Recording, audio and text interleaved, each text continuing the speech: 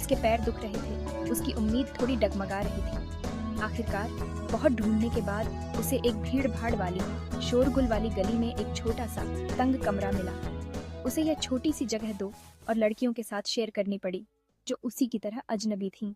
कमरा dimly lit था और उसमें ज्यादा कंफर्ट नहीं था। शहर में उसके पहले कुछ दिन बहुत ज्यादा मुश्किल थे।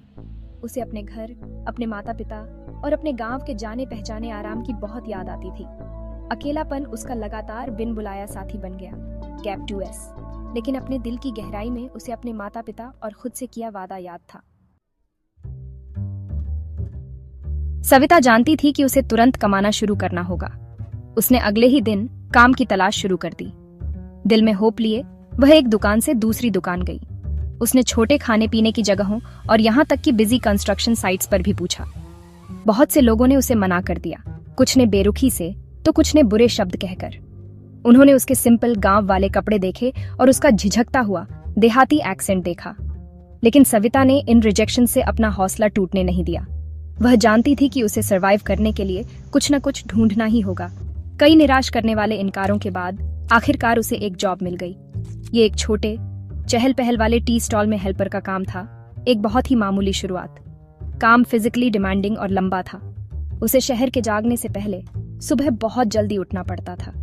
उसके रोज के कामों में अनगिनत कप, ग्लास और प्लेट धोना शामिल था। वह तेजी से कस्टमर्स की लगातार आती भीड़ को गर्म चाय और स्नैक्स परोसती थी। उसे जो पे मिलती थी वह बहुत कम थी। मुश्किल से उसके खर्चे पूरे हो पाते थे, लेकिन यह एक शुरुआत थी। इस बड़े शहर में एक ठिकाना। उसने अपने काम में तेज, फुर्तीला और एफिशिएंट होना सीखा। वह शहर के लोगों को ध्यान से देखती थी, उनके बात करने का तरीका, उनके इंटरैक्शंस। वह उनकी अलग अलग कॉन्वर्सेशंस को ध्यान से सुनती थी, नए शब्द सीखती और समझती थी। शहर एक सख्त, माफ न करने वाला स्कूल था, लेकिन वह एक मेहनती स्टूडेंट थी।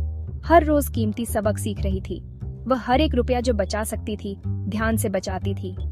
सविता समझ गई थी कि टी स्टॉल की यह जॉब उसके सपनों के लिए काफी नहीं थी।